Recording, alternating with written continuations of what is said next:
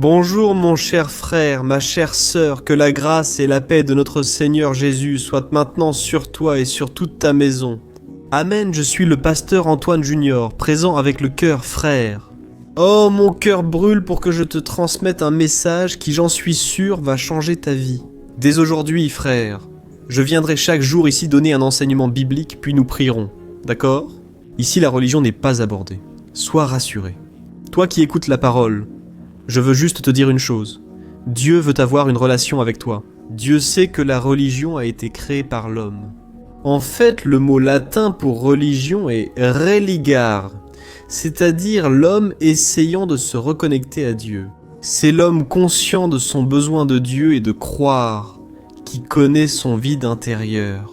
Il va alors vers une religion, il va chercher une religion, et il en existe des milliers à travers le monde. Mais je veux te dire que l'évangile du Christ, la Bible, nous parle d'une relation et non d'une religion. Et c'est justement le contraire.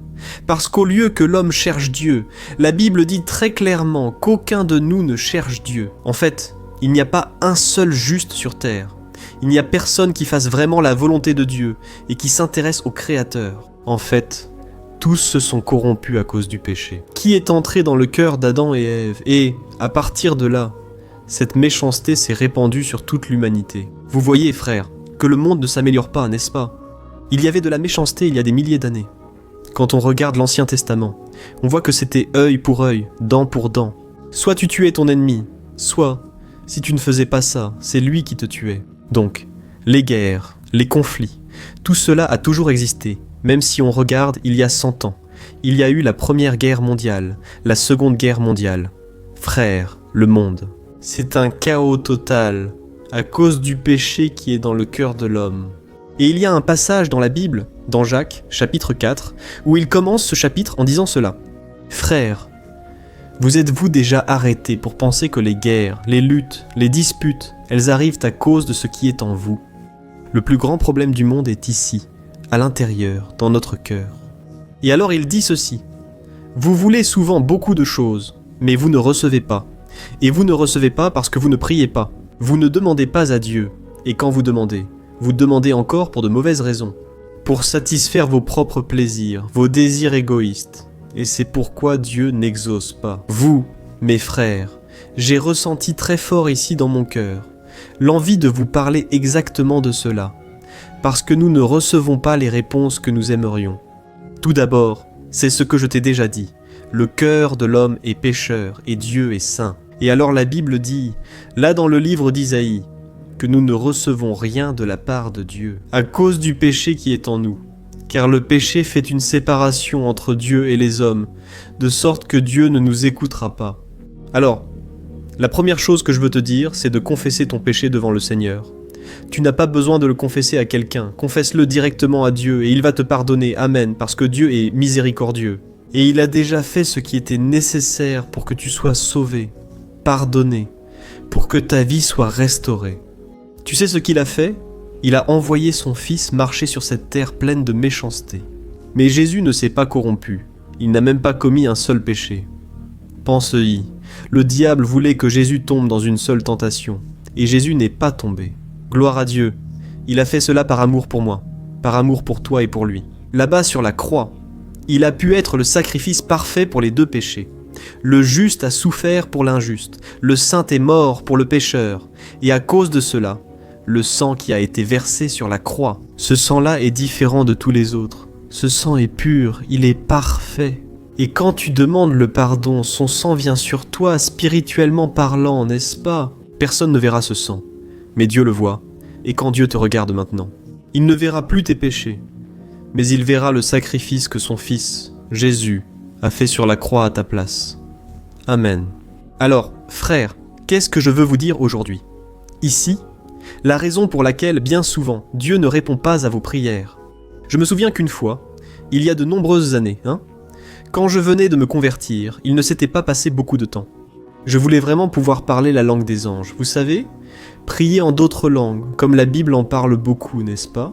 Je voulais recevoir ce don. D'ailleurs, l'apôtre Paul a dit « Frères, je prie en langue plus que vous tous. » Donc je pensais que c'était quelque chose de très nécessaire, quelque chose qui allait me rapprocher encore plus de Dieu. Mais il y avait un détail. J'ai demandé ce don pendant 2 ans. Je ne l'ai pas reçu. Et puis, un jour, je priais et j'ai tout avoué à Dieu. J'ai dit « Seigneur, il y a quelque chose en moi qui m'empêche de recevoir ce don.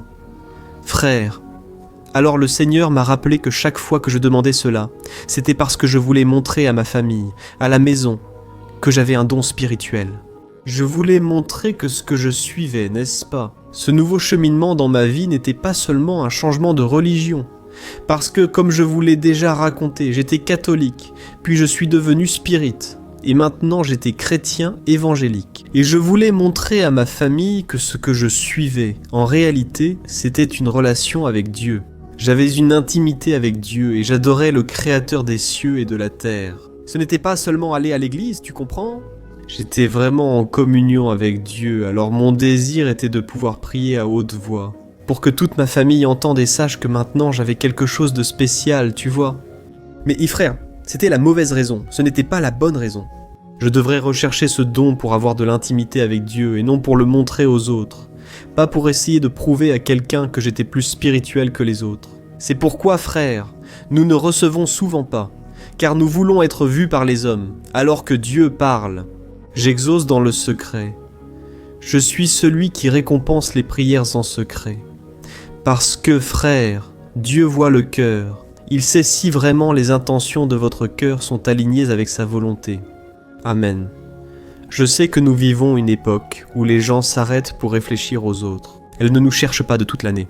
Elles ne veulent pas savoir de nous. Elles ne nous appellent pas. Elles n'envoient pas de messages. Elles ne disent même pas bonjour. Puis, soudain, lorsqu'elles traversent une période difficile, ont un pneu crevé ou besoin d'argent. Là, elles se souviennent de nous, n'est-ce pas? Et elles viennent, tu vois, toutes affectueuses, attentionnées, disant des mots, tu sais, des compliments. Mais frère, quand on réalise que c'est par pur intérêt, que choisit-on? Que fait-on? On devient plus sec, n'est-ce pas? On devient plus froid. On ne donne pas trop d'attention parce qu'on n'aime pas être utilisé. C'est comme un fils. Imaginez un fils qui arrive vers son père et dit « Papa, je veux la carte de crédit, donne-moi cette carte. » Sauf qu'il ne regarde pas son père dans les yeux. Il ne dit pas bonjour, il n'embrasse pas ses frères, ni son père. À ce moment-là, s'il donne la carte de crédit à son fils, il va gâter son fils. N'est-ce pas? Il va faire en sorte que son fils n'apprenne pas les principes de base du respect, de l'honneur, de la responsabilité. C'est pareil avec Dieu. Beaucoup de choses qu'il ne fait pas dans ta vie sont pour ton bien, car il t'aime et veut que tu apprennes la leçon. Alors, j'ai ressenti dans mon cœur ici de partager aujourd'hui 2 histoires qui vont vraiment te toucher. La première histoire, regarde, tu vas être bouleversé de voir, parce que le silence de Jésus, le silence de Dieu, il est tellement marquant, tellement important dans ta propre vie. Et ensuite, je vais raconter encore quelques détails. Tu vas beaucoup aimer le message et à la fin, nous allons prier aujourd'hui. Ça va être formidable, ça va être une bénédiction. Amen. Avant de commencer, je veux juste te demander rapidement de t'abonner à ma chaîne. Clique sur le bouton s'abonner ici, en dessous de la vidéo. Active la cloche qui va apparaître à côté, puis sélectionne l'option toutes pour ne pas rater les prochaines vidéos que je publierai. D'accord ? Chaque jour, je faisais la prière du matin, la prière du soir et aussi les vidéos de l'après-midi qui ont été merveilleuses. Je compte sur ta participation, d'accord ? Alors, allons-y mes frères. Je vous ai un peu parlé ici du sacrifice de Jésus sur la croix, n'est-ce pas ? Mais souvenez-vous que Jésus, il a d'abord été humilié, il a été fouetté. Ceux qui ont vu le film La Passion du Christ savent très bien la souffrance que Jésus a endurée pour nous.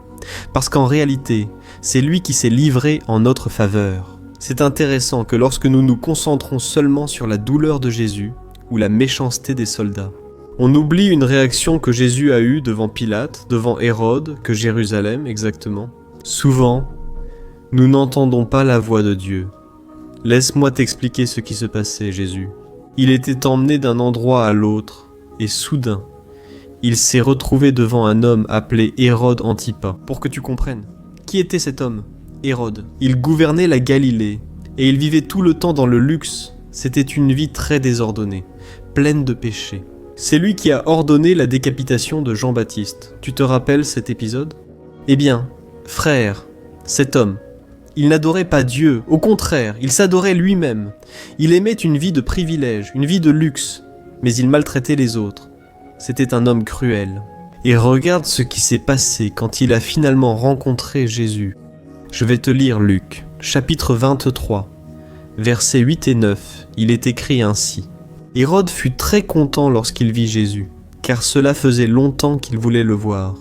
Il espérait que Jésus accomplisse un miracle. Et il posa beaucoup de questions au Christ. Mais Jésus ne lui répondit pas un seul mot. Regardez comme c'est intéressant, frère, car ici le texte dit qu'Hérode fut très content de voir Jésus. Mais ne pensez pas qu'il était content parce qu'il voulait être sauvé, parce qu'il voulait le pardon de ses péchés, non ? Hérode regardait Jésus comme s'il était une attraction de cirque, vous voyez. Il regardait Jésus seulement par curiosité. Il voulait voir un spectacle de miracles devant lui, comme si c'était un tour de magie. D'ailleurs, la Bible dit qu'il avait beaucoup de questions. Mais c'était des questions de curiosité, pas des questions de quelqu'un qui cherchait la vérité, tu comprends ? Et alors, quelle a été l'attitude de Jésus ? Le silence absolu. Jésus, par exemple, a parlé pendant des heures avec une femme samaritaine au bord du puits. Ce Jésus qui a tout arrêté ce qu'il faisait pour guérir l'aveugle de Jéricho. Tu te souviens de cet épisode ? Jésus, mes frères, il a même prêté attention aux voleurs qui étaient à côté de lui, sur la croix du calvaire. Et maintenant, devant Hérode, il n'a tout simplement pas ouvert la bouche. Et pourquoi, mes frères ? Jésus a compris ce qu'Hérode ignorait. Il ne voulait pas d'un sauveur, il voulait un prestataire de service. Il voulait utiliser Jésus pour s'amuser, pour passer le temps, pour voir quelque chose qui l'impressionnait. Et souviens-toi de ce que le Seigneur Jésus lui-même nous a enseigné. Ne jetez pas de perles au pourceau. Et maintenant, je veux ramener cela à ta propre vie de prière, à ta vie avec Dieu. Combien de fois faisons-nous cela dans notre prière sans nous en rendre compte, mes frères ? On se présente devant Dieu et on parle aussitôt, n'est-ce pas ? Seigneur, aide-moi, résous ce problème au travail et enlève ma douleur, mes frères. On pose 1000 questions, on demande 1000 choses, mais au fond, notre cœur s'en fiche complètement de ce que Dieu pense, de ce qu'il veut de nous. Oh mes frères, je ressens très fortement dans mon cœur l'envie de vous parler de cela. Souvent, on souhaite simplement que Dieu fasse un signe, accomplisse un miracle et règle tout pour nous. Mais au fond, nous ne voulons pas faire la volonté du Père, nous ne voulons pas renoncer à notre propre volonté. Et je sais que tu peux être là en train de dire « Pasteur, mais j'ai déjà tellement demandé et rien n'a changé dans ma vie. Pasteur, Dieu s'est-il tu avec moi à cause de cela ?» Frère, réfléchissez avec moi à cela. Si Dieu te répondait exactement ce que tu veux maintenant, sans que tu changes ton attitude, ton cœur, Dieu serait en train d'alimenter ce comportement où tu penses que lui serve só para te satisfazer. Frère, combien pensent aujourd'hui dans les églises que Dieu est là uniquement pour les servir, comme un serveur ou un majordome ? C'est très triste, frère. Et c'est pour cela que le silence de Jésus envers Hérode était une façon de lui donner une chance de se repentir, de se sauver, parce que Jésus voulait atteindre toutes les personnes. Mais en même temps, il disait à cet homme, à travers le silence, « Mon fils, tu penses que je suis un jouet entre tes mains ? Ma voix, mes paroles sont faites pour t'être transmises. Tu veux juste t'amuser, tu veux juste profiter de la vie, tu n'es pas intéressé par l'éternité. » Et regardez ce qui s'est passé, frère. Juste après que Jésus soit resté silencieux, juste pour que vous voyiez que Jésus avait vraiment raison là-bas dans Luc 23. Mais au verset 11, voyez ce que dit la Bible. Alors, Hérode et ses soldats se mirent à se moquer de Jésus et à le traiter avec mépris. Ils l'ont revêtu d'un manteau splendide et l'ont renvoyé à Pilate. Amen. Alors, tu as compris maintenant ? Le silence de Jésus n'a pas transformé Hérode en une mauvaise personne. Le silence a seulement révélé que cet homme était déjà très mauvais à l'intérieur. Et si Jésus lui avait parlé, s'il avait fait un miracle, Hérode aurait simplement ri et trouvé ça amusant un instant. Mais tout de suite après, il serait retourné à pécher, à se moquer de la même manière. Laisse-moi te dire une chose. Il y a des personnes dans ta famille, des gens autour de toi au travail, qui ne veulent pas se convertir. C'est triste, frère. Et alors on se met à pleurer, on se lamente, parce qu'on voit à quel point c'est mauvais qu'une personne soit perdue, qu'une personne ne sera pas sauvée. Voilà pourquoi, frère, nous devons prier et supplier Dieu d'ouvrir les yeux tant qu'il en est temps. Laisse-moi te dire, ne donne pas tes perles au pourceau, sois sage, valorise-toi. Le message de Jésus, frère, c'est quelque chose de très sacré, de très saint. Alors, si la personne se moque, si la personne rit, elle ne veut pas savoir. En aucun cas, tu peux simplement passer à une autre personne. Jésus, lorsqu'il a envoyé les disciples de maison en maison, il a dit ceci. En entrant dans la maison, dites que la paix du Christ soit avec tous. Mais si ces personnes ne veulent pas la paix reviendra à vous. Et vous pouvez secouer la poussière et aller à la maison suivante. Ne perdez pas d'énergie avec des personnes qui ne veulent rien savoir de Dieu, frère. Sérieusement. Parce que parfois on finit par ne pas valoriser ceux qui veulent vraiment entendre la parole. Je ne suis pas en train de dire ici, frère, que la personne qui ne s'est pas encore convertie, mais qui a le cœur ouvert, ou du moins, qui respecte, cette personne ne peut pas rester sans l'évangile. Il faut insister avec elle. Je dis ça parce que je me suis converti en entendant l'évangile à travers mon cousin. Ne croyez pas que ça a été facile. Mon cousin a dû faire preuve de beaucoup de patience avec moi, mais tout le temps, il remarquait qu'il y avait une certaine soif de Dieu. Tu comprends ? Une curiosité saine, parce que je voulais vraiment connaître la vérité. Alors, tu dois avoir beaucoup de sagesse. Demande le discernement à Dieu. Je suis sûr qu'il va te guider. Il va remplir ton cœur d'amour, de compassion. Mais il va aussi t'apprendre quand il est temps de te taire. Amen, frère. Parfois on se plaint tant que notre prière semble ne pas dépasser le plafond, comme si Dieu ne se souciait pas de nous. Mais on ne se rend pas compte que Dieu attend qu'on arrête de poser des questions et qu'on commence à faire des offrandes. Nous devons remettre notre cœur, notre avenir, dépendre de lui pour tout. Ne dis jamais que tu es bon, ne parle jamais seulement de toi, commence à exalter le nom de Dieu. Tu sais pourquoi ? La Bible dit dans Proverbes, chapitre 3, que lorsque tu reconnais le Seigneur dans toutes tes voies, il rendra droit chacun de tes chemins, chacun de tes sentiers. Alors, le secret est là.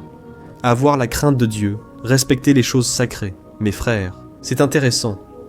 Hérode a posé de nombreuses questions sans jamais s'ouvrir.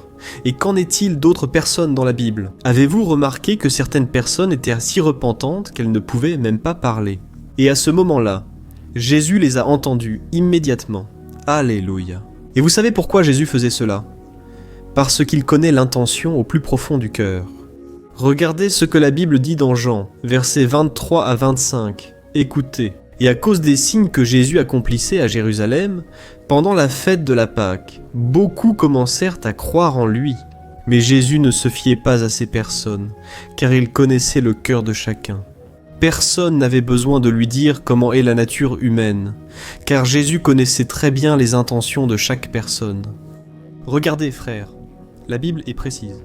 Et elle dit que beaucoup de gens ont cru en Jésus à cause des signes, c'est-à-dire parce qu'ils ont vu les miracles se produire.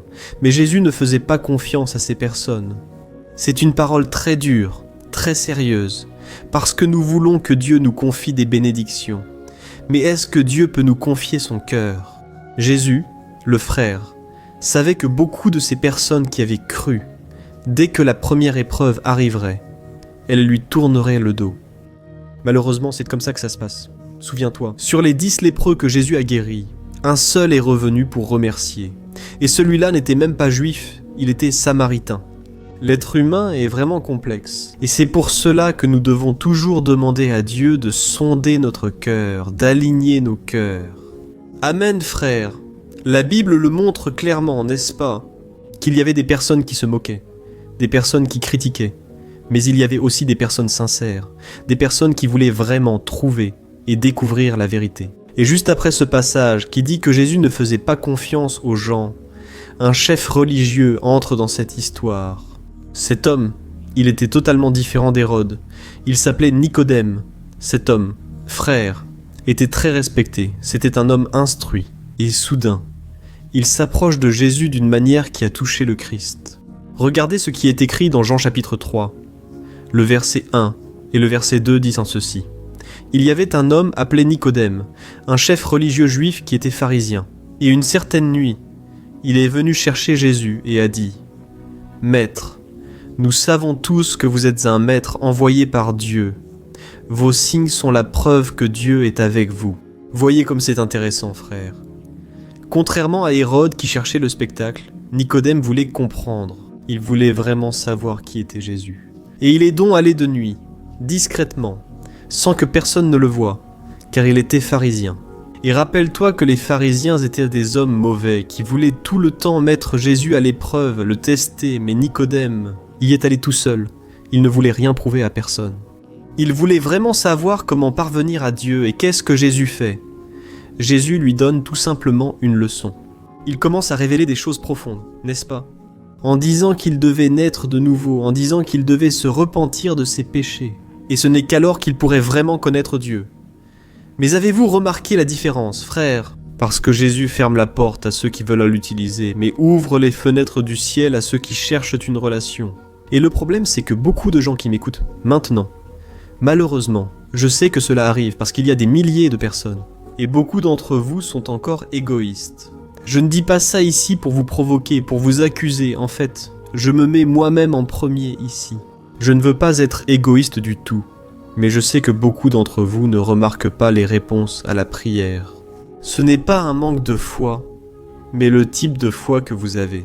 Si votre foi ne fonctionne que si elle apporte des résultats, elle est intéressée, vous comprenez? Comme pour un contrat où vous payez pour un service, mais frère, Dieu ne conclut pas de contrat avec nous. Il fait une alliance. Et nous vivons aujourd'hui dans un monde où tout est très rapide, très pratique. On commande via une application. 21 minutes plus tard, la nourriture arrive. On allume la lumière et met le plat au micro-ondes. Très vite, elle est déjà chaude. Et on pense qu'une petite prière de 5 minutes suffit. Dieu doit déjà répondre. Et si Dieu ne répond pas, il n'est pas bon. Il ne nous aime pas, frère. Nous en avons besoin spirituellement. Amen. Et peut-être que tu es en train de penser, pasteur, mais comment est-ce que je change ça, pasteur? Parce que je veux que Dieu me parle et me bénisse. Mais je sens que je n'arrive pas à me libérer de ces choses, frère, la Bible. Mais elle exige du courage. Désormais, comprends que Dieu ne te doit rien et n'est pas obligé de t'exaucer. Dieu reste Dieu, frère. Mais il fait cela par amour. Quand il voit que notre cœur est prêt, alléluia. Quand il voit qu'il y a de l'humilité. La Bible dit que Dieu résiste aux orgueilleux, mais il fait grâce aux humbles. Je veux être une personne humble. Je veux être quelqu'un que Dieu va regarder, et il va y trouver un amateur. Alors, ne commence pas à penser, à partir de maintenant, que Dieu, parce qu'il est silencieux, ne t'aime pas, qu'il t'a abandonné. Ne pense pas comme ça, mais tu vas commencer à te demander, « Seigneur, y a-t-il quelque chose en moi qui ne te plaît pas ? Y a-t-il quelque chose que j'essaie encore de contrôler avec mes propres mains et que je ne remets pas vraiment entre tes mains dans la prière ?» Alors, tout commence à partir de là, quand tu commences à sonder ton cœur. Au lieu de demander « Senhor, por que o Senhor está tão calado? Pourquoi le Seigneur ne me parle-t-il pas ?» Demande plutôt « Oh, pourquoi est-ce que je veux entendre la voix de Dieu ?» Si on continue à vivre ainsi, je pense, frère, que Dieu restera silencieux, tu comprends? Dieu va faire cela par amour. Parce que peut-être que son silence peut t'encourager à chercher davantage sa présence, et pas seulement les bénédictions qu'il peut donner, frère. C'est ainsi que j'ai découvert Dieu et vécu des expériences avec le Saint-Esprit. J'ai cessé de vouloir les bénédictions pour chercher celui qui bénit. Et quand tu cherches le cœur de Dieu, automatiquement, naturellement, Dieu commence à te donner des cadeaux. Des choses que tu n'as même pas demandées. Des choses que tu n'as même pas mises en prière.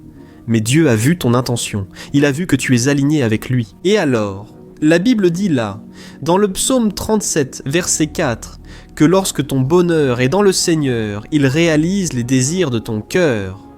Amen. Mais pour cela, tu dois chercher Dieu en premier, l'aimer par-dessus tout, et non pas pour ce qu'il peut te donner. Alléluia. Nous allons prier maintenant. Merci d'être arrivé jusqu'ici. Je sais que beaucoup de personnes, dans la précipitation, ne sont plus disposées à écouter la parole, mais toi, tu l'es. Alors, chaque fois que je mets la vidéo de la prière, je te demande d'attendre jusqu'à la prière. Non seulement par respect, mais surtout parce que tu veux apprendre la parole, et pas seulement prier Alléluia. Alors nous allons prier au moment exact. Mais je veux que tu écrives ici dans les commentaires ce que Dieu a dit à ton cœur. Dis ce que Dieu a touché dans ton cœur. Écris aussi ta demande de prière. C'est un moment très important et je vais présenter ta demande devant le Seigneur. Je sais qu'il y a de nombreuses demandes, mais garde aussi ton cœur aligné. Alléluia. Alors ferme les yeux et, à la fin de la prière, envoie-le sur WhatsApp. Maintenant, tu vas regarder. Sous la vidéo, il y a une petite flèche pointant vers la droite. Clique dessus. Sélectionne WhatsApp et envoie-le aux personnes que tu aimes. Quand elles recevront cette prière, elles sauront qu'elles sont très aimées et que tu t'intéresses vraiment à leur vie. Alléluia. Ferme les yeux et prions. Gloire à Dieu, Seigneur, mon Père. Nous voulons te remercier pour notre vie. Nous voulons te remercier pour ce moment où nous avons appris un peu plus sur toi, Seigneur Dieu. Merci pour notre vie. Merci pour l'air que nous respirons. Et pour chaque acte de bonté que tu nous montres, Seigneur. Si ce n'était pas pour ta miséricorde, nous ne serions pas ici. Nous sommes soutenus par tes mains puissantes. Oh, alléluia Dieu, merci Seigneur, car tu ne nous abandonnes pas. Même lorsque nous sommes têtus, orgueilleux, ou quand nous essayons d'utiliser ta grâce comme si c'était quelque chose de banal ou sans valeur. Père, merci beaucoup Seigneur, parce que tu continues à nous aimer et tu seras avec nous jusqu'au dernier jour. C'était ta promesse pour ceux qui te servent, Seigneur, je te demande pardon en ce moment. Je sais qu'il y a des personnes qui m'écoutent maintenant, qui sont égoïstes et qui souvent ne se repentent pas. Et à cause de cela, tu ne les écouteras pas, tu ne les exauceras pas. Seigneur, as-tu de la compassion, Père? Nous voulons changer ce cœur têtu, orgueilleux, Père, je te présente, Père, chaque personne qui m'écoute maintenant. Elles ont le cœur serré, elles viennent devant toi avec le cœur plein d'amertume. Elles n'arrivent pas à accorder le pardon, mais elles te demandent de l'aide. Maintenant, Seigneur, je crois que tout commence par la repentance, tout commence par un cœur brisé, car ta parole dit que ce genre de cœur, tu ne lui résistes pas. Tu es bon, Seigneur, mais tu attends aussi que nous ayons un cœur semblable au tien. Voilà pourquoi nous te demandons pardon, Seigneur, car souvent nous avons agi comme Hérode. Nous cherchons seulement un signe, nous voulons une solution rapide, un miracle pour nous sortir de cet inconfort. Mais nous ne voulons pas abandonner notre vie de péché. Et pour cela, en ce moment, nous sommes ici en disant Seigneur, nous voulons être avec toi, nous voulons avoir une vie de sainteté. Aide-nous, mon Père, à renoncer à tout ce qui nous empêche d'avancer, à tous les obstacles de cette vie. Nous voulons courir la course en toute liberté. Nous ne voulons laisser rien nous asservir. Et c'est pourquoi, mon Père, je prie aussi en ce moment. Je sais qu'il y a des personnes qui sont malades dans leur âme et dans leur corps, beaucoup d'entre elles parce qu'elles sont trop anxieuses, beaucoup d'entre elles parce qu'elles vivent dans l'inquiétude. Elles n'ont pas de paix, pas de joie. Ce sont des personnes qui ne sont pas en paix avec elles-mêmes, mon Père. Des personnes qui sont mal à l'intérieur, elles sont malheureuses et finissent par blesser les autres avec com palavras grotescas, com des insultes. Même en connaissant ta parole, Jésus, je crois que tu es le médecin des médecins. Tu es celui qui guérit les blessures de l'âme. Et ce sont elles qui, bien souvent, bloquent notre vie. Notre vie n'avance pas. Nous sommes malheureux, ingrats. Nous nous plaignons de tout parce que nous sommes encore blessés à l'intérieur. Aide-nous, mon Père, à aimer comme tu nous as aimés, à pardonner avec le même pardon que tu nous as offert. Dieu, nous disons maintenant le nom de cette personne contre qui nous avons eu du ressentiment, pour que tu la libères. Mon Père, Dieu, ne nous laisse pas, Père, garder de la rancœur, de la colère, de la haine dans notre cœur. Nous voulons avoir un cœur comme le tien, Jésus. Je sais que le pardon ouvre des portes. Il libère tout ce que tu veux faire dans notre vie, Seigneur. Et c'est pourquoi, mon Père, nous sommes ici en prière disant « Nous pardonnons à ceux qui nous ont offensés, nous bénissons ceux qui ont mal parlé de nous. » Au nom de Jésus, Père, je prie aussi pour ces familles. Combien de familles ici sont en conflit, traversent des crises dans leur mariage, pensent au divorce, tous les jours. Je n'en peux plus de cette vie, mais je crois, mon Dieu, que tu peux changer le cœur de cette personne et le cœur du conjoint. Je sais que tu es un Dieu de miracles, Seigneur. Mais que ce changement puisse commencer en nous. Que tous ceux qui sont ici aujourd'hui, en train d'écouter ta parole, puissent vraiment se remettre à toi. Alléluia. Oh mon cher, toi qui m'écoutes, ne quitte pas encore la vidéo. Je veux t'offrir la chance, l'opportunité de remettre ta vie à Jésus. Et comme je l'ai dit au début de ce message, Dieu t'aime beaucoup. Mais il a déjà prouvé combien il t'aime. Et maintenant, tu dois donner ta réponse. Amen. Alors, garde les yeux fermés et répète cette prière avec toute la sincérité. Dis ainsi: Ô Seigneur Jésus, je reconnais que j'ai essayé de suivre mes propres chemins et que bien souvent, je t'ai cherché seulement pour ce que tu pouvais me donner. Aujourd'hui, Jésus, je comprends que tu es mon Seigneur et Sauveur. Je crois que le Seigneur est mort sur la croix pour mes péchés, et que le Seigneur est ressuscité pour me sauver. Je crois que le Seigneur est vivant, que le Seigneur intercède pour moi, et je te demande ici et maintenant de restaurer ma vie, de pardonner mes péchés, de guérir mes blessures, et de prendre soin de moi. Jésus, parce que je remets mon cœur et mon avenir entre tes mains. Jésus, je prie et te remercie en ton nom. Amen, ô mon Dieu, je place devant toi, Seigneur, la vie de cet homme et de cette femme qui viennent de prier. Ils ne se sont pas livrés seulement en paroles, mais ils ont fait une prière de véritable engagement. Et je te demande, Père, que tu achèves cette bonne œuvre que tu as commencée dans leur vie aujourd'hui. Et que cette prière se répande dans tous les coins du Brésil et au-delà, afin que beaucoup de personnes soient touchées, libérées, guéries et restaurées. Pour l'honneur et la gloire de ton saint nom, je prie au nom de Jésus. Amen, gloire à Dieu. Salut, avant que tu partages cette vidéo, je veux juste te poser une question. Est-ce que tu arrives à contrôler tes émotions ? Savais-tu que la chose la plus importante de nos jours, c'est de savoir gérer tes émotions ? Pour ne pas être bouleversé par tout ce qui se passe autour de toi. Tu vois, mes frères, j'ai remarqué que chaque jour, de plus en plus de personnes, même en ayant la foi, en croyant en Dieu, n'arrivent pas à être heureuses et à avoir une vraie paix. C'est en y pensant, mes frères, que j'ai ouvert la Bible. Et j'ai compris que les hommes et les femmes du passé ont aussi affronté ce même mal, l'anxiété. Et donc, j'ai sélectionné 100 histoires de la Bible avec un langage facile et simple, pour que tu comprennes qu'il est vraiment possible de vaincre l'anxiété et d'avoir une vie bien meilleure, une vie en paix avec toi-même, les autres et surtout avec Dieu. Dieu n'agit pas dans un cœur anxieux, il attend que tu lui fasses pleinement confiance. Dans ce livre, je vais te présenter des outils pour vaincre ce mal définitivement. D'accord ? Alors, je veux t'envoyer par email ce livre que je viens d'écrire, intitulé « Sans anxiété », j'en suis certain. Ensuite, tu raconteras le témoignage de ce que Dieu va faire, mes frères. Des milliers de personnes sont déjà bénies par les messages de ce livre. Alors, fais ceci. Je vais laisser le lien ici en bas, et tu vas cliquer dessus pour l'acquérir et le recevoir maintenant dans ta boîte mail. Ou alors tu vas accéder. Semenciedad avec Brésil, d'accord ? Je crois que Dieu a des plans merveilleux pour ta vie, et il suffit que tu fasses le premier pas. Ce sont des messages simples qui vont profondément te bénir. Que Dieu te bénisse. Je t'attends là-bas.